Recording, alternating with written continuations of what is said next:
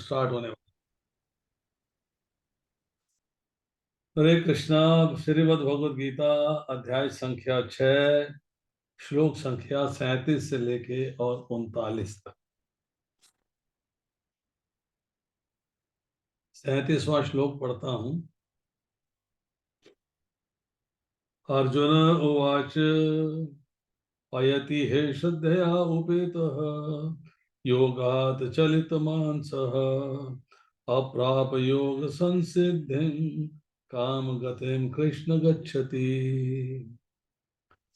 अर्जुन ने कहा, हे कृष्ण, उस असफल योगी की गति क्या है जो प्रारंभ में श्रद्धा पूर्वक आत्म साक्षात्कार की विधि ग्रहण करता है, किंतु बाद में भौतिकता के कारण उससे विचलित हो जाता है और योग सिद्धि को प्राप्त नहीं कर पाता। अब एक जो है डिफिकल्ट प्रकरण आरंभ हो रहा है।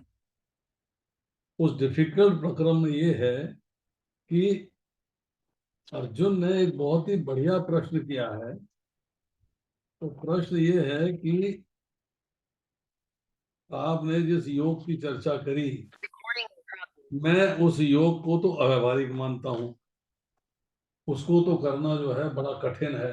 It is practically not possible for me. वो तो मैंने आपसे पहले कह दिया। अब अगर मान लो कोई व्यक्ति उसे कर लेता है, वो इस प्रोसेस पे आगे चल पड़ता है,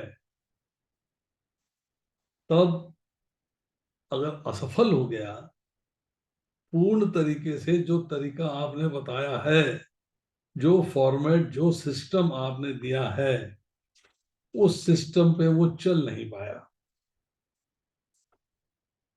आपने कहा मन और इंद्रियों को कंट्रोल में करना है। मन और इंद्रियां वश में होनी चाहिए। नंबर 2, राग और द्वेष से मुक्ति होनी चाहिए। बाकी यम है, नियम है, आसन है, प्राणायाम है, प्रत्याहार है, ध्यान धारणा, ध्यान समाधि, ये सारे 8 अंग है अष्टांग योग के। अब ये 8 अंग करते करते जब प्रत्याहार पे आए कि dissociating senses from sense objects, मतलब इंद्रियों को इंद्रिय विषयों से विलग कर देना, नहीं कर पाए। या मैंने कर भी लिया तो लास्ट मिनट पे नहीं कर पाए, लास्ट मिनट पे फेल हो गए। लास्ट मिनट पे तो आपका स्मरण होना चाहिए। 8वें अध्याय में भगवान कहते हैं कि जो अंतिम समय में मेरा स्मरण करता है, आपने बात स्पष्टता कही, क्लियर कट कही कि अंत काले च मामेव स्मरण मुक्तवा कलेवरम यह प्रयाति समद भावम याति नास्त्र संशय। फिर बोला यम यम यापि स्मरण भावम त्यजन्ते कलेवरम तम तम वैति कौनतय सदा तद भाव भाविता। अंतिम समय में आपका स्मरण करना, मैं तो असफल हो गया, मैं नहीं कर पाया, तब उसकी गति क्या होती है, उसकी पोजीशन क्या है। अब ये चर्चा आएगी कि श्रद्धा पूर्वक उसने आत्म साक्षात्कार की विधि को तो ग्रहण कर लिया, yes I accept it, I will do it, किंतु बाद में भौतिकता के कारण, मतलब जो वासनाएं हैं, जो कामनाएं हैं, जो स्पृहा है, उसके कारण जो है वो विचलित हो गया और योग सिद्धि को प्राप्त नहीं कर सका। उसकी गति क्या है, ये चर्चा है इन श्लोकों में। इसके तात्पर्य में श्रील प्रभुपाद लिखते हैं, भगवत गीता में आत्म साक्षात्कार या योग मार्ग का वर्णन है। आत्म साक्षात्कार का मूलभूत नियम है कि जीवात्मा ये भौतिक शरीर नहीं है, अपितु इससे भिन्न है। उसका सुख, शाश्वत जीवन, आनंद तथा ज्ञान में निहित है। सुख किसमें है? आपको अपने आप को आत्मा और शरीर से दोनों में डिफ्रेंशिएट करना है। आनंद में है और ज्ञान में है। ये शरीर तथा मन दोनों से परे है। आत्मा शरीर से भी परे है, मन से भी परे है। आत्म साक्षात्कार की खोज ज्ञान द्वारा की जाती है। ज्ञान प्राप्त करेंगे तो आपको पता लगेगा हु आर यू, आपका भगवान से क्या रिलेशन है, रिलेशन कैसे निभाना है, कर्म क्या है, कर्म फल क्या है, भौतिक संसार क्या है, आध्यात्मिक संसार क्या है, भगवान का धाम कहाँ है, रिश्ता क्यों निभाना भगवान के साथ, ये सारी बातों का ज्ञान होगा। अब इसके लिए अष्टांग विधि या भक्ति योग का अभ्यास करना होता है। इनमें से प्रत्येक विधि में जीव को अपनी स्वाभाविक स्थिति, भगवान से अपने संबंध तथा उन कार्यों की अनुभूति प्राप्त करनी होती है जिनके द्वारा वह टूटी हुई श्रृंखला को जोड़ सके और कृष्ण भावनामृत की सर्वोच्च सिद्ध अवस्था प्राप्त कर सके। इन तीनों विधियों में से किसी एक का भी पालन करके मनुष्य देर सवेर अपने चरम लक्ष्य को प्राप्त होता है। भगवान ने द्वितीय अध्याय में इस पर बल दिया है कि दिव्य मार्ग में थोड़े से प्रयास से भी मोक्ष की महती आशा। नेहाभिक्रम नाशो अस्ति प्रत्यवायो न विद्यते। भगवान कहते हैं इस मार्ग पे थोड़ा सा भी प्रयास किया हुआ उसका कभी हास नहीं होता, कभी छूटता नहीं, वो कैरी फॉरवर्ड होता है। इन तीनों में से जीव के लिए भक्ति योग विशेष रूप से उपयुक्त है क्योंकि इस साक्षात्कार की श्रेष्ठतम प्रत्यक्ष विधि है। अतः अर्जुन पुनः आश्वस्त होने की दृष्टि से भगवान कृष्ण से अपने पूर्व कथन की पुष्टि करने को कहता है। भले ही कोई आत्म साक्षात्कार के मार्ग को निष्ठा पूर्वक क्यों ना स्वीकार करे, किंतु ज्ञान की अनुशीलन विधि तथा अष्टांग योग का अभ्यास इस युग के लिए सामान्यतः बहुत कठिन है। अतः निरंतर प्रयास होने पर मनुष्य अनेक कारणों से असफल हो सकता है। अब प्रैक्टिस करते जा रहे हैं, प्रैक्टिस करते जा रहे हैं, परंतु जब भौतिक संसार का जरा सा भी आकर्षण हो गया और आपका अट्रैक्शन हो गया एक कामना के प्रति, तो आप विचलित हो गए, तो ऑल डन इज लॉस्ट। पहला कारण तो यह है कि मनुष्य इस विधि का पालन करने में पर्याप्त सतर्क ना रह सके, तो केयरफुल नहीं है, डाउट हो गया। फलतः जब मनुष्य माया के पास से छूटना चाहता है तो वह विविध प्रलोभन के द्वारा अभ्यासकर्ता को पराजित करना चाहती है। आप भौतिक संसार से, माया से छूटना चाहते हो और माया आपको अट्रैक्ट करती रहती है। बद्ध जीव पहले से ही प्रकृति के गुणों द्वारा मोहित रहता है और दिव्य अनुशासनों का पालन करते समय भी उसके मोहित होने की संभावना बनी रहती है। मीन्स भौतिक प्रकृति से आकर्षण आपका बना रहता है, कभी ना कभी आप उसके जाल में फंस जाते हैं। यही योग चलित मानसा अर्थात दिव्य पद से विचलन कहलाता है। अर्जुन आत्म साक्षात्कार के मार्ग के विचलन के प्रभाव के संबंध में जिज्ञासा करता है। अब देखिए 38वां श्लोक पढ़ते हैं।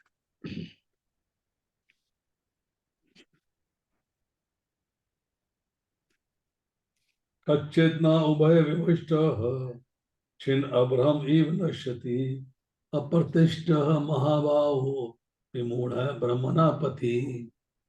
हे महाबाहु कृष्ण, क्या ब्रह्म की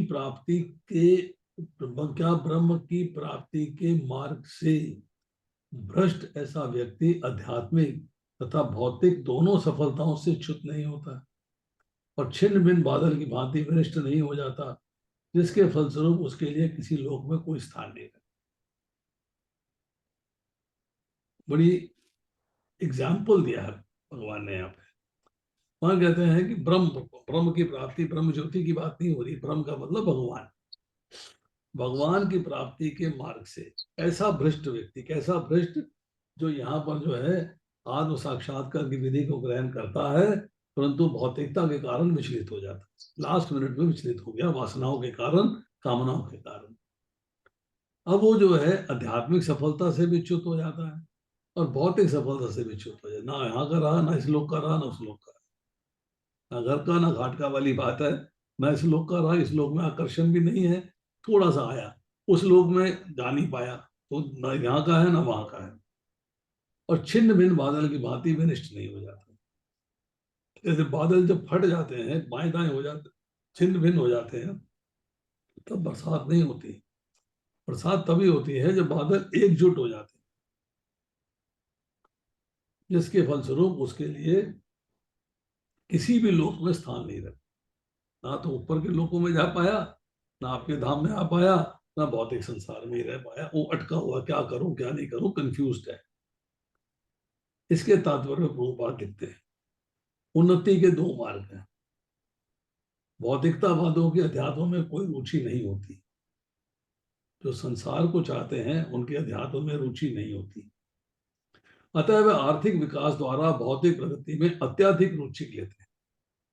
पैसा कमाया, धन आया, फैक्ट्रियां लग गई, ऑफिस में नौकरी मिल गई, बहुत बढ़िया बढ़िया काम हो गए, मतलब आप भौतिक संसार के प्रति आकर्षित हो जाते हैं। जब आकर्षित हो जाते हो तो आप भौतिक संसार में अपराइज होने का प्रयास करते हैं, या फिर समुचित कार्य द्वारा उच्चतर लोगों को प्राप्त करने में अधिक रुचि रखते हैं। अच्छा, ऐसा है एक मैं धर्मशाला बनवा देता हूँ, स्वर्ग लोक मिल जाएगा। अंध महाविद्यालय में पैसा दे देता हूँ, पुण्य का कार्य हो जाएगा। मैं स्कूल खुलवा देता हूँ, मेरा पुण्य का कार्य हो जाएगा। अस्पताल खुलवा देता हूँ, पुण्य का कार्य हो जाएगा।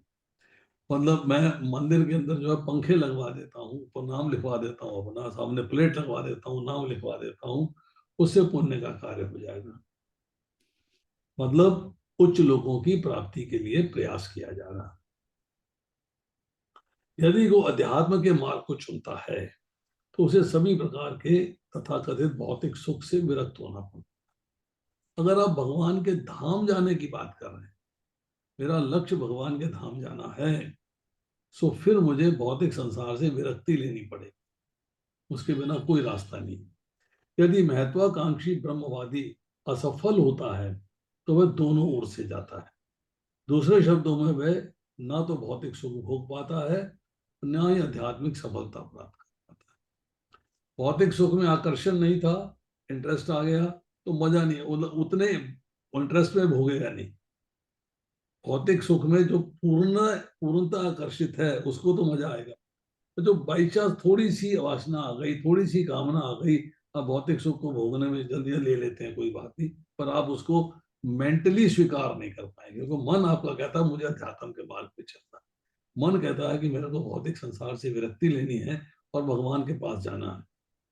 तो वो जो है मन में टेंशन आती है, परेशानी आती है, कष्ट आता है, तो वो उसको वो आनंद नहीं ले पाता जो भौतिक सुख का उसे आनंद चाहिए। ये प्रभुपाद लिखते हैं कि ना तो भौतिक सुख भोग पाता है, ना ही आध्यात्मिक सफलता प्राप्त कर पाता है। उसका कोई स्थान नहीं रहता, वह छिन्न भिन्न बादल के समान होता है।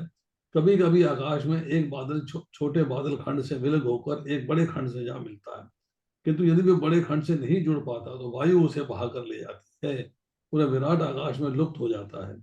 ब्रह्मणा पथि परम साक्षात्कार का मार्ग है, जो अपने आप को परमेश्वर का अभिन्न अंश जान लेने पर प्राप्त होता है। यह परमेश्वर ब्रह्म परमात्मा भगवान के रूप में प्रकट होता है।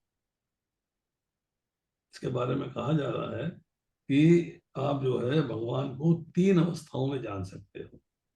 देर आर थ्री स्टेट्स, तीन पोजीशंस हैं जिसमें भगवान को जाना जा सकता है।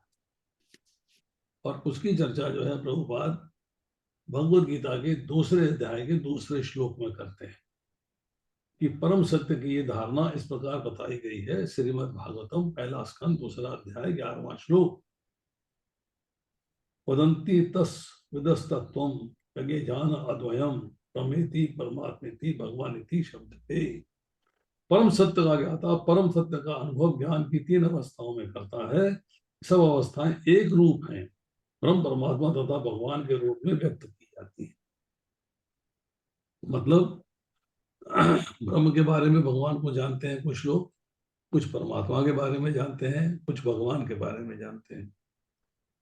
तो अब इसके बाद कहते हैं प्रभुपाद कि भगवान श्री कृष्ण परम सत्य के पूर्ण प्राकट्य हैं, अतः जो इस परम पुरुष की शरण में जाता है वही सफल योगी है। ब्रह्म तथा परमात्मा साक्षात्कार के माध्यम से जीवन के इस लक्ष्य तक पहुंचने में अनेकानेक जन्म लग जाते हैं। बहु नाम जन्म नामंते ज्ञानवान प्रपद्यते वासुदेवम सर्वमिति स महात्मा सुदुर्लभा। अनेक जन्म जन्मांतर के बाद कोई एक व्यक्ति जो है ज्ञान प्राप्त करता है। वासुदेवम सर्वमिति की सब कुछ वासुदेव है, मेरे बारे में ज्ञान प्राप्त करता है। इसकी चर्चा जो आप करेंगे 7वें अध्याय के 19वें श्लोक में, 7वें अध्याय का 19वां श्लोक पढ़ेंगे कि अनेक जन्म जन्मांतर के बाद जिसे सचमुच का ज्ञान होता है, वह मुझको समस्त कारणों का कारण जानकर मेरी शरण में आता है। ऐसा महात्मा अत्यंत दुर्लभ होता है। स महात्मा सुदुर्लभा, बहुत दुर्लभ महात्मा है जो वासुदेवम सर्वमिति अर्थात भगवान को सब कारणों का परम कारण जानता। अब आती है श्लोक संख्या 39। एतत् मे संशयं कृष्ण चेतुम् अर्हसि अशेषतः त्वत् अन्य संशय अस्य चेता हि उपपद्यते। हे कृष्ण, यही मेरा संदेह है और मैं आपसे इसे पूर्णतः दूर करने की प्रार्थना कर रहा हूं। आपके अतिरिक्त अन्य कोई ऐसा नहीं है जो इस संदेह को नष्ट कर सके। जो डाउट अराइज हुआ है, बहुत बढ़िया डाउट है, और अर्जुन ने चूंकि जो है शिष्यता स्वीकार करी है भगवान की और शरणागति भी स्वीकार करी कि शिष्यस्ते अहम शादी मामताम प्रपन्नम। दूसरे अध्याय के 7वें श्लोक में अर्जुन जो है भगवान की शिष्यता को स्वीकार करता। अब उसने जो है कह दिया कि आपके अतिरिक्त अन्य ऐसा कोई नहीं है जो संदेह को नष्ट कर सके। आप ही मेरे डाउट को रिमूव कर सकते हैं। तो उसने वहां पे कहा है, तो उसने उस श्लोक में चर्चा आ रही है कि कार्पण्य दोषो अपहत स्वभाव पृछामि त्वं धर्म सम्मूढ़ चेता निश्चितम ही ब्रूहि तन्मय। मतलब मेरे को जो है जो श्रेयस्कर हो वो बताइए आप, जो श्रेयस्कर हो वो बताइए। इसके तात्पर्य प्रभुपाद लिखते हैं, कृष्ण भूत वर्तमान तथा भविष्य को जानने वाले हैं। भगवत गीता के प्रारंभ में भगवान ने कहा है सारे जीव व्यष्टि रूप में भूतकाल में विद्यमान थे और इस समय विद्यमान है।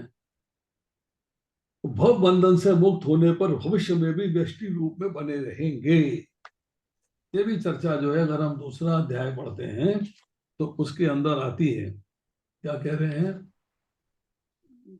न ते वाम हम जातु न सम न तम ने मे जनाधिपा न चैव न भविष्याम है सर्वे वयम अतः परम।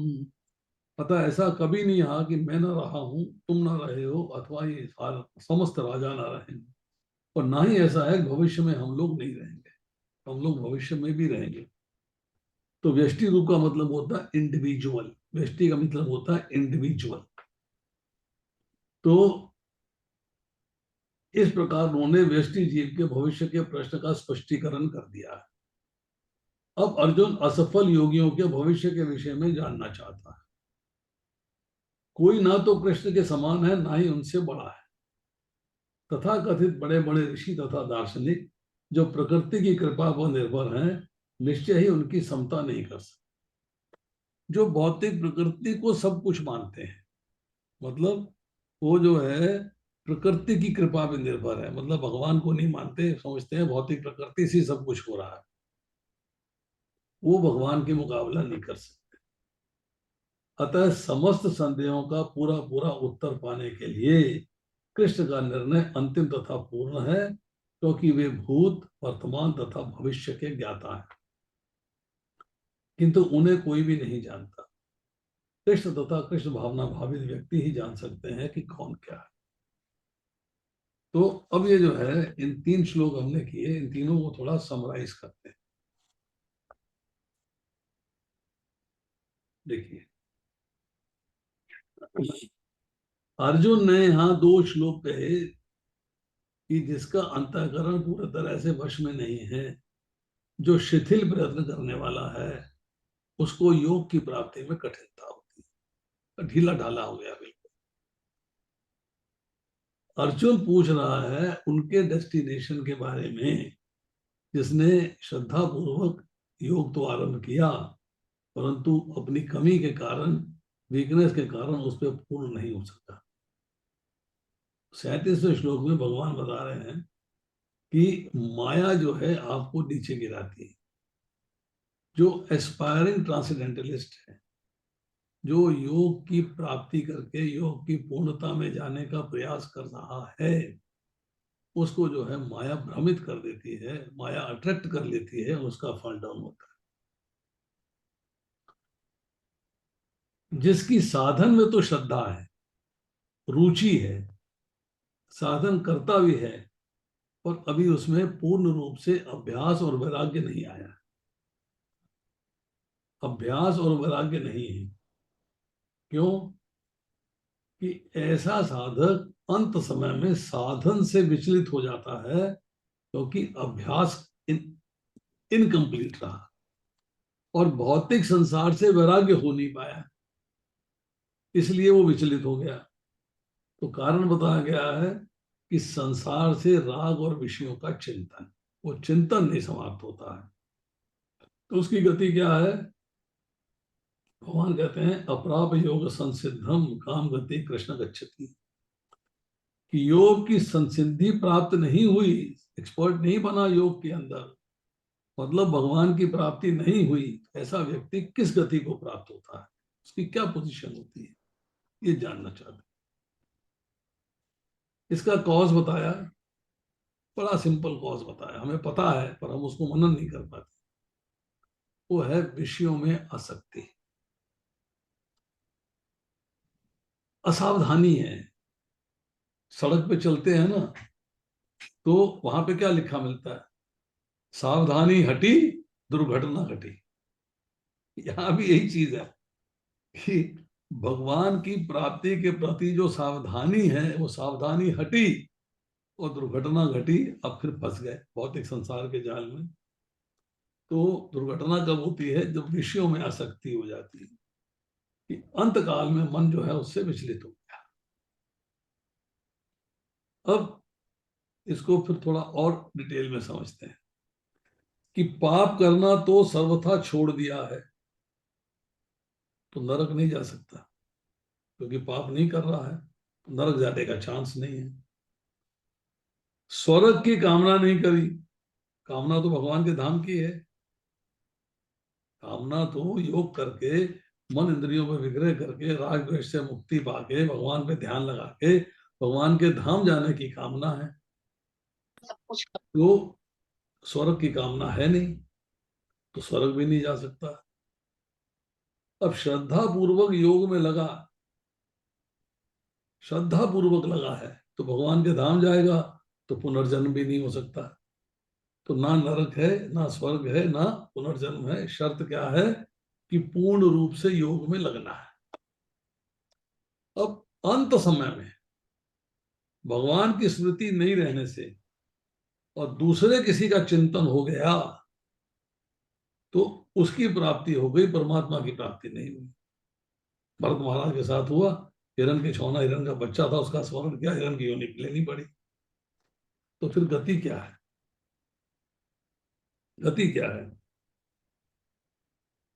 तो कृष्ण जो है वो संकर्षण शब्द जो होता है कृष्ण के लिए इस्तेमाल, उनके एक एक्सपेंशन के लिए, इसका मतलब है संपूर्ण प्राणियों को खींचने वाले हैं। तो जो व्यक्ति योग कर रहा है और योग से विचलित हो गया है, उसको भगवान किधर खींचेंगे, कौन सी गति देंगे? अब ये प्रश्न है अर्जुन का। This is he wants to know, कि अगर उसका जो है, जो एक एक ट्रांसडेंटलिस्ट जो प्रैक्टिस कर रहा था, फॉल डाउन हो जाता है उसका, एंड वो जो है भौतिक संसार से भी न रहा और आध्यात्मिक संसार का भी न रहा, लटक गया बीच में। तो काम गति कृष्णा, उसकी गति क्या होती है, ये प्रश्न आ गया कि उसकी गति क्या है, ये जानना चाहते हैं। अब इसको जो है फर्दर एलोबरेट किया गया है। अभ्यास कर रहा है, वैराग्य में प्रैक्टिस कर रहा है, प्रयत्न के अभाव हो गया, मतलब नहीं कर पाया, कोशिश कर रहा था नहीं कर पाया, तो सिद्धि को प्राप्त न करने वाला योगी हो गया। कर्म मार्ग में है या योग मार्ग में है, क्या दोनों मार्गों से भ्रष्ट हो जाता है? जैसे कि मेघ, बादल, एक बादल से पृथक होकर दूसरे मेघ में प्रयत्न करके विलीन हो जाता है, इसी तरह योग मार्ग में प्रवेश करने से भोग की इच्छा इस लोक में नहीं रहती। अगर आप योग के अंदर परफेक्शन चाहते हैं, मतलब मन और इंद्रियों का कंट्रोल, इंद्रियों को इंद्र विषयों से हटाना, इंद्रियों पे कंट्रोल है। मतलब आप जो है योग मात्र में प्रवेश करना चाहते हैं, प्रवेश कर लेते हैं, तो भोग की इच्छा इस लोक में नहीं रहती। परंतु बट अभी वैराग्य नहीं है तो विषय भोगों की इच्छा बनी रहती है। ये बड़ी बड़ी इंट्रिकेट समस्याएं हैं, बहुत ध्यान से समझने वाली और सुनने वाली है कि कर्म योग के मार्ग से आके अब वो योग मार्ग के अंदर, मतलब भगवान ने जो अष्टांग योग का बताया है सिस्टम, उस फॉर्मेट में एंटर करना चाहते। अब प्रवेश करने से उसके अंदर ग्रेजुअली जो है भोग की इच्छाएं समाप्त हो जाती, भोग की इच्छाएं खत्म हो गई। परंतु अभी वैराग्य नहीं आया था। वैराग्य ना होने से विषय भोगों की इच्छा बनी रहती है, वो आप वासनाएं आपके अंदर आती रहती हैं। अब कर्म कांड का तो त्याग कर दिया, कर्म योग जो था, मतलब भगवान से जुड़ने वाला नहीं, जो अपने भौतिक संसार में आनंद लेने वाला योग था, वो कर्म कांड का तो त्याग कर दिया है, तो स्वर्ग की प्राप्ति नहीं होगी, क्योंकि आप स्वर्ग लोक के लिए इच्छा नहीं कर रहे हैं। दूसरा, योग की सिद्धि भी नहीं हुई योग मार्ग में जाके, जिसमें आप आए थे विचलित हो गए, वैराग्य नहीं हो पाया, तो आपको जो है मोक्ष की प्राप्ति भी नहीं होगी, लटक गए आप। जब स्वर्ग और मोक्ष दोनों से भ्रष्ट हो गया, तो भगवान प्राप्ति के उपाय के मार्ग में मूढ़ व्यक्ति कोई आश्रय न पाकर नाश को प्राप्त हो जाता है क्या? क्या उसे नाश को प्राप्त हो जाता है? ना इधर का रहा ना उधर का रहा, ये बताइए आप, प्लीज टेल, इसका क्या चाहिए? इंपॉर्टेंट पॉइंट क्या है कि साधक ने संसार के आश्रय को तो छोड़ दिया, भौतिक संसार का आश्रय छोड़ दिया, और अंत समय में भगवान की स्मृति नहीं रही, तो फिर वह नष्ट तो नहीं हो जाता, उसका पतन तो नहीं हो जाता? ये बताइए आप, इस बात को क्लियर करिए। बादल का एग्जाम्पल दिया, तो छठे अध्याय के 37वें श्लोक में आया योग चलित मानसहा, अर्थात योग से विचलित मन वाला। और छठे अध्याय के 38वें श्लोक में शब्द आया अप्रतिष्ठ,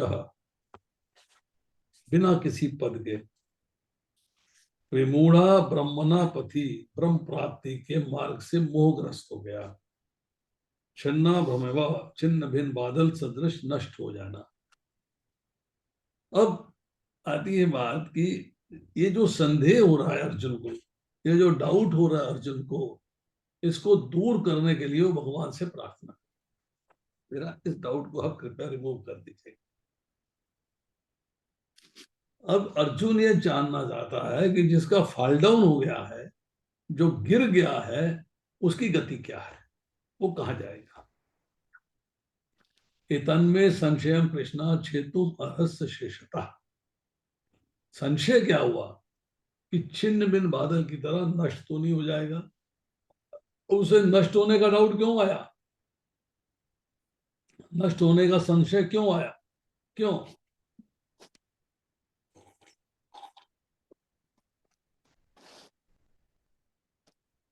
कि भगवान की प्राप्ति का उद्देश्य था पाप कर्मों से रहित हो गया, पाप नहीं कर रहा, तो नरक नहीं जा सकता, मैंने भी पहले चर्चा करी, नरक नहीं जा सकता। अब वो सकाम कर्म नहीं कर रहा है, अकर्म कर रहा है, भगवान के प्रति कार्य कर रहा है, सकाम कर्म नहीं कर रहा है, तो स्वर्ग प्राप्ति का लक्ष्य नहीं है, तो स्वर्ग नहीं जा सकता। पुनर्जन्म का उद्देश्य नहीं है, क्योंकि मुझे भगवान के धाम जाना है, तो पुनर्जन्म में भी नहीं जा सकता। और भगवान की प्राप्ति के साधन से विचलित हो गया है, तो क्या छिन्न भिन्न बादल की तरह नष्ट तो नहीं हो जाएगा? तो धन्य संशय अस्यास्य क्षेतम उपपद्यते,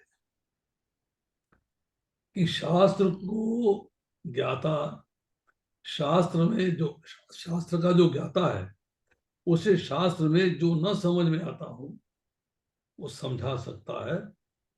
आप समझाइए कि मृत्यु के बाद की गति क्या है, मैं नहीं जानता, आप बताइए, मुझे नहीं पता। योग भ्रष्ट की गति क्या है, मैं नहीं जानता, आपने बताना है। मैं तो युंजान योगी हूँ। युंजान योगी का अर्थ यह है अभ्यास करके योगी बना हूं, नेचुरल योगी नहीं हूं। मैं युंजन योगी हूं, अर्थात मैंने अभ्यास करके योगी बना। पर युक्त योगी कौन है? कृष्ण। जो ओरिजिनली युक्त योगी हैं वो अभ्यास से नहीं बने। तो बिना अभ्यास के, परिश्रम के, सर्वत्र सब कुछ जानने वाले हैं साक्षात भगवान। वो संपूर्ण प्राणियों की गति को जानने वाले हैं। विष्णु पुराण में श्लोक आता है, उत्पत्ति प्रलयम चैव भूतानाभागित गतिम गतिम वेति विद्या विद्याम च स वाच्यो भगवानिति। जो संपूर्ण प्राणियों की उत्पत्ति और प्रलय को, गति और अगति को, विद्या विद्या को जानता है, वही भगवान कहलाने के लिए योग्य है। अब यहाँ पे चर्चा आई कि हमें जो है गति क्या होगी ये बताइए। अब इसमें आज के 39 श्लोक तक हमने किया है, 37, 38, 39 3 श्लोक किए हैं। अब किसी का कोई प्रश्न है तो बताएं, नहीं तो इससे कनेक्टेड फिर हम एक छोटी सी चर्चा बाद में करेंगे। बताइए। जी, मेरा क्वेश्चन था, अ, इसमें क्या अर्जुन इनडायरेक्टली ये कह रहे हैं कि अल्टीमेटली भक्त तो इमॉर्टल, मतलब भक्त तो परफेक्ट नहीं होते, तो एक्चुअली भगवान को कोई भी नहीं जान सकता, क्योंकि अल्टीमेटली भगवान ही हैं जो सबको इंडिविजुअली जानते हैं, पास्ट प्रेजेंट और फ्यूचर में। तो अर्जुन कह रहे हैं कि कोई भी परफेक्ट नहीं होता, तो कोई भी भगवान को नहीं जान सकता, फिर तो परफेक्शन तो किसी भी भक्त में नहीं होती। वही परफेक्शन प्राप्त करनी है। वो परफेक्शन तब प्राप्त होगी जब आपका भौतिक संसार से संबंध विच्छेद हो जाएगा और भगवान में संबंध रहेगा परमानेंट। यही बातें जो हैं भगवान ने बताई हैं, यही बातें भगवान जो है हमको बता रहे हैं। आप भगवत गीता का दूसरा अध्याय खोलिएगा और दूसरे अध्याय के अंदर आप 69 और 70 श्लोक निकालिए, 69 एंड 70। उससे आपको थोड़ा सा आइडिया लग जाए। 70वां और 71वां श्लोक निकालिए। 70वें श्लोक में कहते हैं, कामनाओं के बारे में बात हो रही है। जो पुरुष समुद्र में निरंतर प्रवेश करती रहने वाली नदियों के समान इच्छाओं के निरंतर प्रवाह से विचलित नहीं हो। इच्छाएं आ रही हैं पर आप डिस्ट्रैक्ट नहीं हो रहे हो, डिस्टर्ब नहीं हो रहे, और सदैव स्थिर रहता है, मतलब उनको इच्छाओं से डिस्टर्बेंस नहीं होती, वही शांति प्राप्त कर सकता है। शांति किसको नहीं मिलती? शांति उसको नहीं मिलती जो इच्छाएं जब आती हैं तो उनको पूर्ण करने का प्रयास करता है, मतलब वो इच्छा के गुलाम हो जाता है, कामनाओं के जाल में फंस जाता है। मतलब उसको जो है शांति प्राप्त होती है। शांति प्राप्त होने का अर्थ है भगवत प्राप्ति होती है। जो इच्छाएं तो आती हैं परंतु उनको तुष्ट करने का प्रयास नहीं करता, स्थिर रहता है। अब सिचुएशन क्या है कि इच्छाएं आ रही हैं, मतलब कहीं ना कहीं सूक्ष्म वासना है, कहीं ना कहीं सूक्ष्म रूप में भौतिक संसार से कनेक्शन है कि आपके अंदर इच्छाएं आती हैं। बट अगर हम इससे अगले श्लोक में जाएं, भगवान कहते हैं, जिस व्यक्ति ने इंद्र तृप्ति की समस्त इच्छाओं का परित्याग कर दिया है और इच्छाओं से रहित रहता है मतलब उसके अंदर डिजायर्स हैं ही नहीं, डिजायरलेस हो गया वो, इच्छाएं आती ही नहीं उसके अंदर, वो डिजायरलेस हो गया, सिद्ध हो गया, वो सिद्ध एक्सपर्ट हो गया। जिसने सारी ममता त्याग दी है, अहंकार से रहित है, वही वास्तविक शांति को प्राप्त कर सकता। दोनों श्लोकों में कंट्रास्ट है थोड़ा सा।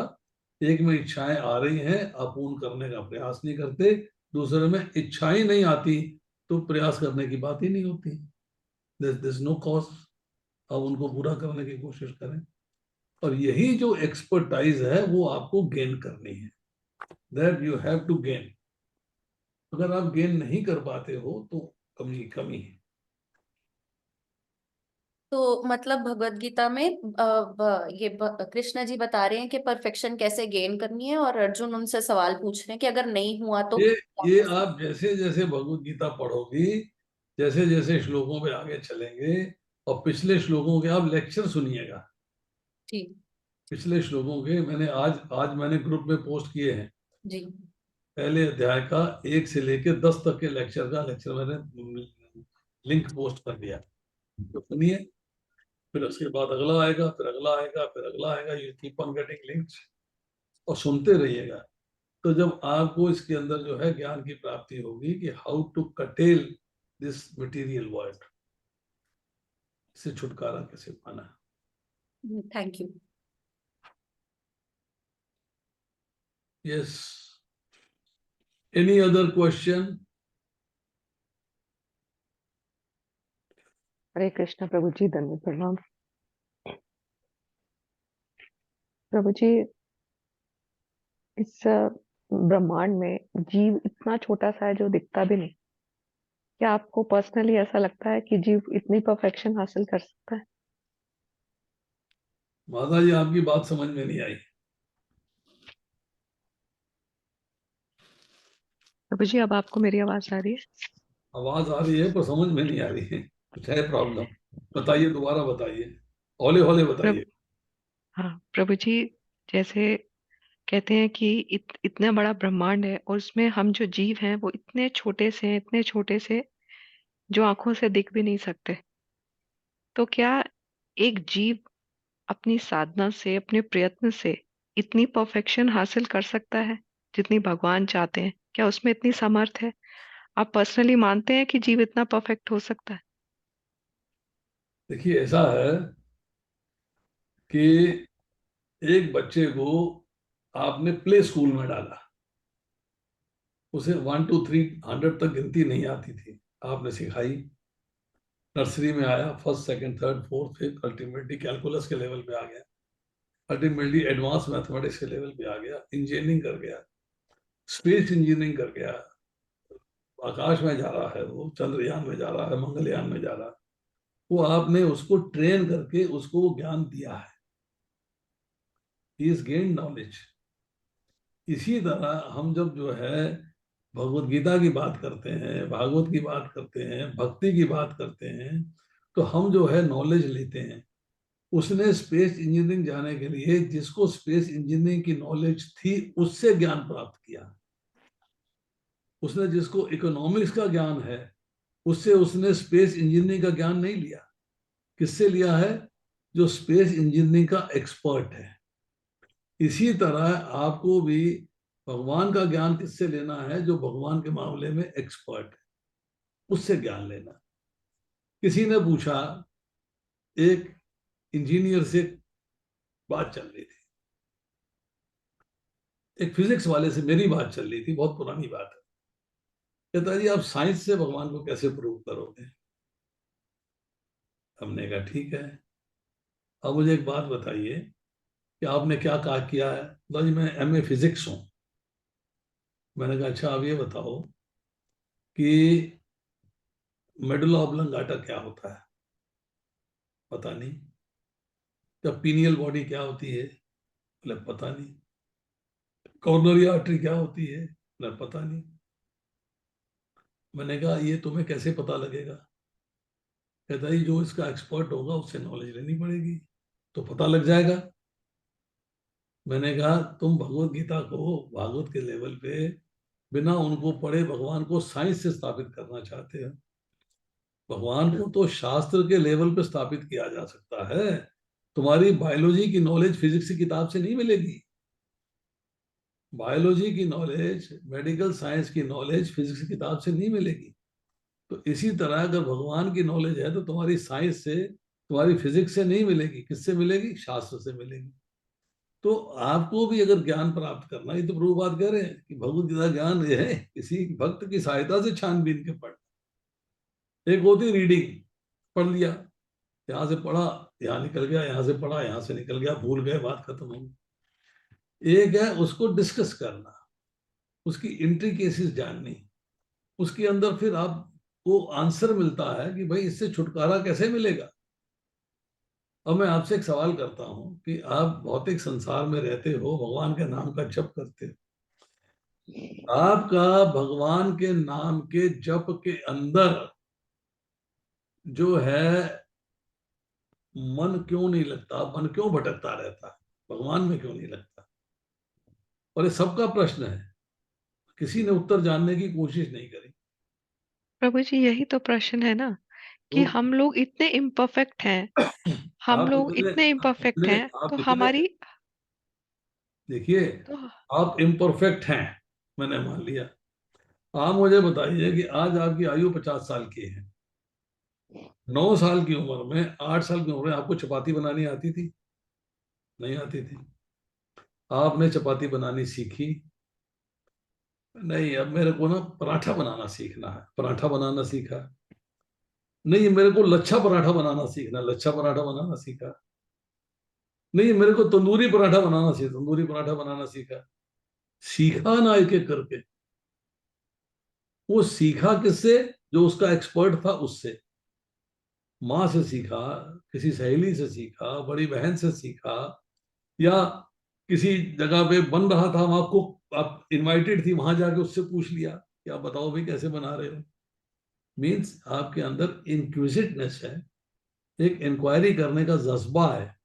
आप उस जज्बे को इस्तेमाल करके आप जो है उस पर क्वेश्चन करते हैं, और आंसर वही दे सकता है जो एक्सपर्ट है।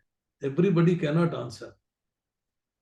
जिसने ज्ञान को अच्छे तरीके से समझा है, जिसने ज्ञान को अच्छे तरीके से प्राप्त किया है, एनालिटिकली प्राप्त किया है, एनालाइज करते हुए प्राप्त किया है, जब आप उसके संग आते हो, उसका संसर्ग करते हो, उससे प्रश्न करते हो, तब आपको जो है ज्ञान की प्राप्ति होती है। और हम करते नहीं। हम कहते हैं जो मिल गया ठीक है, वो भी बोल रहा है, उसको भी सुन लो, ये भी बोल रहा है, इसको भी सुन लो। तो क्या है कि हम जो है कंफ्यूज स्थिति में रहते हैं। क्वेश्चंस निकालने बहुत बढ़िया बात है, दैट इज, यही प्रभुपाद ने सिस्टम बनाया। You must ask questions, you must have questions. आपको कोई डाउट नहीं रहना चाहिए, और हमारे डाउट अभी भी हैं। होता क्या है, मैं आपको कॉमन एग्जांपल देता हूँ। क्लास चल रही है, मन में प्रश्न उठ रहा है, यार मैंने ये प्रश्न कर दिया तो सब जो है मेरे बारे में क्या सोचे, इसे कुछ आता ही नहीं, ये तो बेकार है, ये तो यूजलेस व्यक्ति, इसे तो कुछ पता ही नहीं है। ये भाव नहीं आना चाहिए। अपने आप को तिनके से नीचा मानना है। मैं उच्च कोटि का नहीं हूं। तृणादपि सुनी चैन तरोरोपि शेषुना। मैं तो तिनके से भी नीचा हूं, मुझे कुछ नहीं पता। अब चैतन्य महाप्रभु से जब बात हुई, उन्होंने कहा मैं तो मूर्ख हूं भाई, मुझे क्या पता। हम अपने आप को विद्वान ना समझे, मैं भी मूर्ख हूं, मैं भी विद्वान नहीं हूं। मैं सोचूं कि मैं बहुत एक्सपर्ट हूं, नहीं, मुझसे ज्यादा एक्सपर्ट बैठे हुए हैं।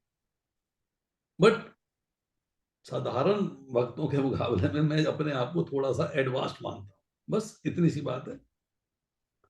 तो आपको प्रश्न करने चाहिए, प्रश्न का उत्तर प्राप्त करना चाहिए, ढूंढना चाहिए उत्तर, कि आप भगवान के ध्यान से विचलित क्यों होते हैं, क्या चीज है जो आपको विचलित करती है, और जब आप अपने भगवान की भक्ति में लगे हैं तो आपका मन बायदाए क्यों भटकता है। इस प्रश्न को करिए, आपको उत्तर मिलेगा। हमारी सबसे बड़ी प्रॉब्लम तो प्रभु जी यही है ना, हम राग द्वेष में फंसे हुए हैं, कभी राग से विचलित हो जाते हैं, कभी द्वेष से विचलित हो जाते हैं। जो और कितने भी हम सोचें कि हम इस पे वर्क करें, लेकिन फिर भी उसमें उसके चंगुल में कभी ना कभी आ जाते हैं। कुछ समय अच्छा निकलेगा, फिर फंस जाएंगे। तो बात मेरा वही है प्रभु जी, कि परफेक्शन लाना बहुत मुश्किल है। और मुझे लगता है कि हम इतने छोटे हैं ना, इतने इतने इतने काबिलियत नहीं है हमें कि हम जो है भगवान जिस जो लेवल हमसे चाह रहे हैं उतना परफेक्शन हम ला पाए। देखिए, भगवान ने कहा है, असंशयम महाबाहो मनो दुर्निग्रह चलम, अभ्यास है तो कौन है वैराग्य निश्चय। अभ्यास करना पड़े, अभ्यास। क्योंकि समस्या सारी मन के चंचल होने से है। उस मन को वश में करने के लिए अभ्यास करना पड़ेगा। Yes, I have to control my self, that part is important, वो आपको लेना पड़ेगा। Thank you Prabhu ji. Hare Krishna Prabhu ji. Yes, Prabhu ji please इसका थोड़ा सा एग्जांपल दीजिए ना, कैसे कंट्रोल करें। कोशिश बहुत करते हैं, कई बार टिक जाता है, फिर वापस वही उसी स्टेज पे आ जाते हैं। ये पहला पार्ट स्टेज पे आ जाते हैं तो बात समझ में आई। पहला पार्ट क्या था आपके क्वेश्चन का? पहला पार्ट ये था कि कैसे, थोड़ा सा एग्जांपल दीजिए कि आप इस तरह से अपने मन को कंट्रोल कर सकते हैं। क्योंकि प्रभु जी कभी तो 40 राउंड्स भी हो जाते हैं, वृंदावन में 60 भी, 64 भी हो जाते हैं, और घर में 16 भी नहीं, कई बार इतने मुश्किल हो जाते हैं कि रात को लटक लटक के करने पड़ते हैं कि अब कर लो, अब कर लो, खत्म करो इसको। बहुत प्रॉब्लम आ जाती है कई बार।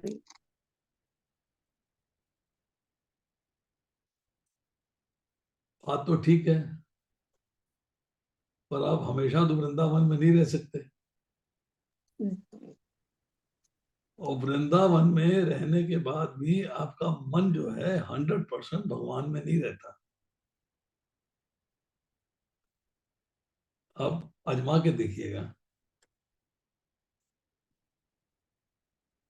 आप मंदिर में चले गए, अब वहां पे कीर्तन हो रहा है, दर्शन हो रहे हैं, आप एंजॉय कर रहे हो, भगवान में मन लगा हुआ है, पर आपको ये पता है कि 9 बजे जब मंदिर बंद होगा तो मुझे रास्ते में अंधेरा है बिल्कुल, मुझे कैसे पहुंचूंगी अपने कमरे में, वो चिंता खा जाती है।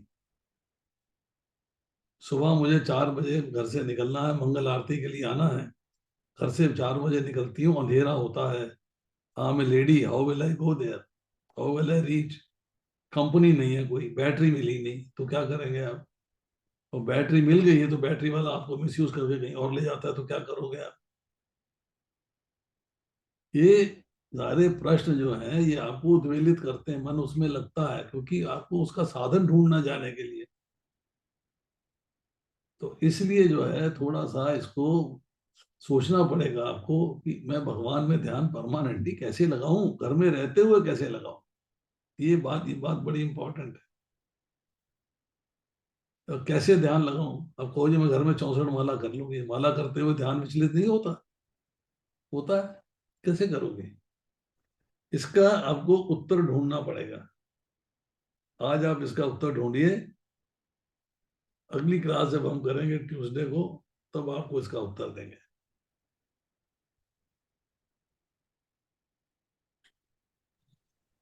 थैंक यू प्रभु जी। आज जो हमने आपसे